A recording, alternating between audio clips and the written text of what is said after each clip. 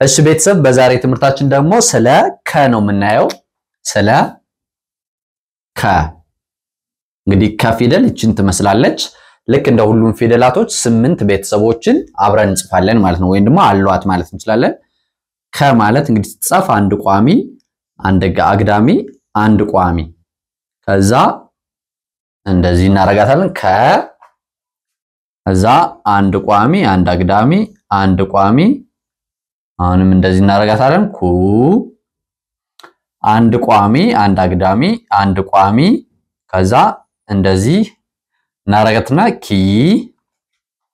አንድ ቋሚ አንድ አግዳሚ አንድ ቋሚ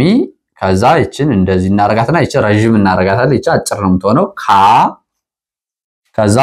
አንድ ቋሚ አንድ አግዳሚ አንድ ቋሚ እናረግና እዚህ ላይ ከላይ ኬ አንድ ቋሚ አንድ አግዳሚ አንድ እንደዚህ ዝግዛግ የሆነ እንደዚህ እናረግና ክ ከዛ አንድ ቋሚ አንድ አግዳሚ አንድ ቋሚ አርገን አጭር በዚህ በኩል ኮ ከዛ አንድ ቋሚ አንድ አግዳሚ አንድ ቋሚ አንድ ረጅም ቋሚ እናረጋለን ከታች ሰረዝ ኳ እናረጋለን ማለት ነው ስናነባቸው እንግዲህ ከ ኩ ኪ ካ ኬ ክ ኮ ከዛ ኳ እንላለን ማለት ነው ከዚህ ቀጥሎ እንግዲህ የምናደርገው ምንድነው እየዘለልን መጽሐፍ ይሆናል ማለት ነው እየዘለልን መጽሐፍ ስንል ከ እናረግና እቺን መዝለል ምክንያቱም ወደዚያ ስታነቡ አንዳንዴ ከኩኪ ካኬ ክኮ ኳ ሚለውን ማንበብ አይከብዳችሁም ግን ጻፉ ስትባሉ ይጠፋባችኋል እሱን ለማስታወስ ጭንቅላታችሁን ቆም ብላችሁ እንድታስቡ እንዲያግዛችሁ እየዘለላችሁ መጽሐፍ ዛኪ እዚህ ላይ ትጽፏታላችሁ ከዛ እቺን ትዘሉና እዚህ ላይ ኬን እዚህ ላይ ድጋሜ ትጽፋላችሁ ከዛ እቺን ትዘሉና ኮን እዚህ ላይ ትጽፋላችሁ ከዛ እቺን ትዘላላችሁ ከዛ እንደዚህ ከዘለለ በኋላ ማንበብ ከ ኪ ኬ ኮ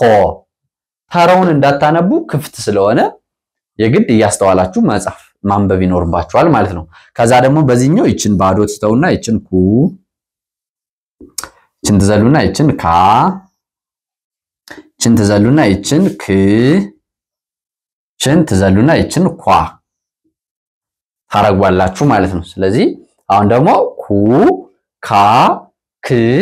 ኳ ሚል ይሆንላችኋል ማለት ነው ይሄን ካረጋችሁ በኋላ ምንድነው የምታረጉት አዘባርቃችሁ መጽሐፍ ለምሳሌ አሁን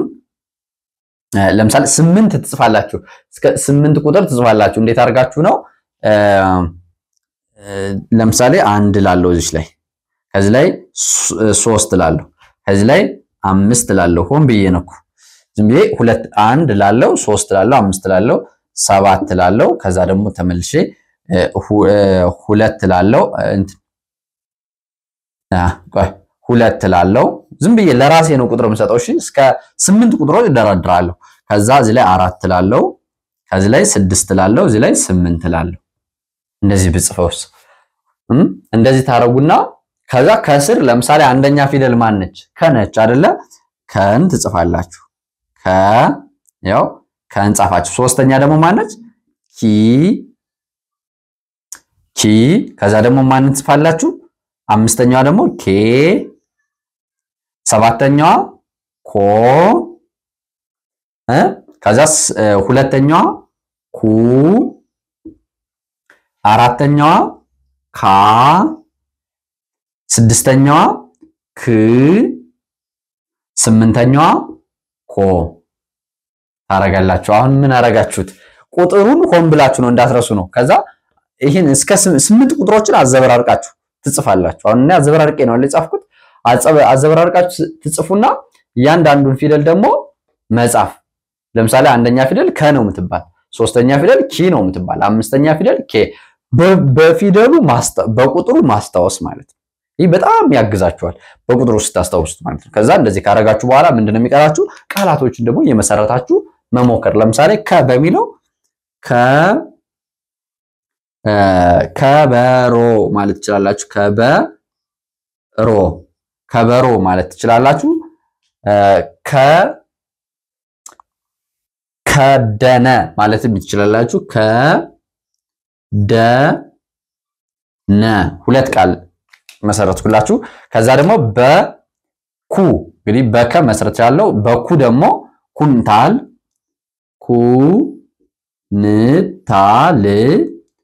ኩንታል ኩታ ማለትም ትችላላችሁ ኩታ ማለት ትችላላችሁ ከዛ ደግሞ በኪ ደግሞ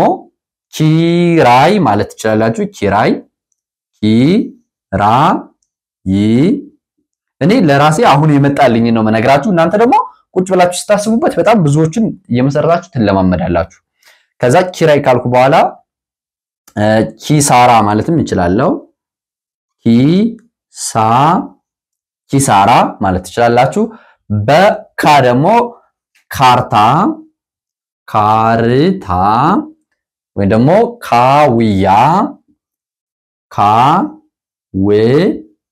ካውያ ማለት ትችላላችሁ በኬ ደግሞ ኬክ ማለት ትችላላችሁ በኬ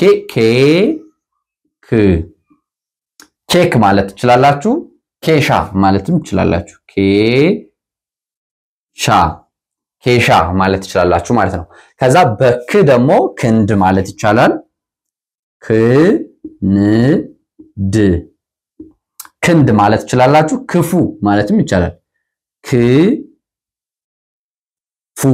ክፉ ማለት ትችላላችሁ በኮ ደግሞ ኮራ ማለት ትችላላችሁ ኮባ ማለትም ትችላላችሁ ኮባ ማለት ትችላላችሁ ማለት ኮራ ወይ ደግሞ ኮባ በኳ ደግሞ ኳስ ማለት ትችላላችሁ ኳስ ማለት ትችላላችሁ ስኳር ማለትም ትችላላችሁ ስትሉ ለምሳሌ ስኳር ስል ከመሃል ኳስ ስለምታስፈልገ በዚህ መንገድ ቃላቶቹን እየጻፋችሁ መለማመድ ትችላላችሁ ማለት ነው ይሄን አይነት መንገድ ከተከተላችሁ በሁለት ሳምንት በ3 ሳምንት በቃ እስከ ወር ባለው ፊደላቶችን በደንብ ትችላላችሁ በሁለተኛው ወር ደግሞ ቃላቶችን መመስረትና በቃ አረፍተ ነገሮችን ማንበብ የምትፈልጉትን ደብዳቤም ሆነ መልእክት ማስቀመጥ በአማርኛ እንደዚህ ጽፋችሁ መጽሐፍ ቅዱስም ሆነ ቁርአን ብቻ የምትፈልጉትን መረጃ ማንበብ ትችላላችሁ በሁለት ወር ማለት ነው በዚህ መንገድ በደንብ ጠንከራችሁ ካነበባችሁ ከዚህ በተጨማሪ ደግሞ እኛ ጋር በውስጥ ማንበብ ከፈለጋችሁ በአጭር ጊዜ ደግሞ እንዲሳካላችሁ ከፈለጋችሁ ደግሞ ሳትሰለቹ ለመከታተል በሳምንት 5 ቀን በቀን 1 ሰዓት እናስተምራለን በውስጥ መስመር ማለት ነው ቴሌግራም ላይ ዋትስአፕ ላይ እና ኢሞ ላይ ማናገር ትችላላችሁ ስልካችን እዚህ ላይ ያለላችሁ ወይ ደግሞ ከስር ዲስክሪፕሽን ላይ ባለው ስልክ ገብታችሁ አናግሩን በውስጥ መስመር ዙም ላይ እናስተምራችሁ ዙም ላይ ያያያችሁ ማለት ነው በዙም በሚት እንዲሁም በቴሌግራም ዋትስአፕ እና ኢሞ ላይ ተገናኝተን ማለት ነው እነዚህን ትምህርቶች መውሰድ ይችላል ይሄን ትምህርት መውሰድ ትችላላችሁ ለዛሬ የነበረን ቆይታ ይሄን ይመስላል በነገ ትምህርታችን ደግሞ ኸ ምትባለዋን እቺን እዚህ ላይ እንጨምርባታለን ኸ ምትባለዋን ፊደል እናያለን ልክ እንደዚህ ማለት ነው ስለዚህ ላይክ ሰብስክራይብ እና ሼር ማድረጋችሁን እንዳትረሱ እስከዛ አብራችሁ ስለቆያችሁ አመሰግናለሁ ሰላማችሁ ይብዛ ትምህርታችሁን ይግለጽላችሁ ሰላም ፍቅር ጤና ለሀገራችን ይህ የእናንተው ምርጥ ፋኖስ ኢትዮጵያ ነው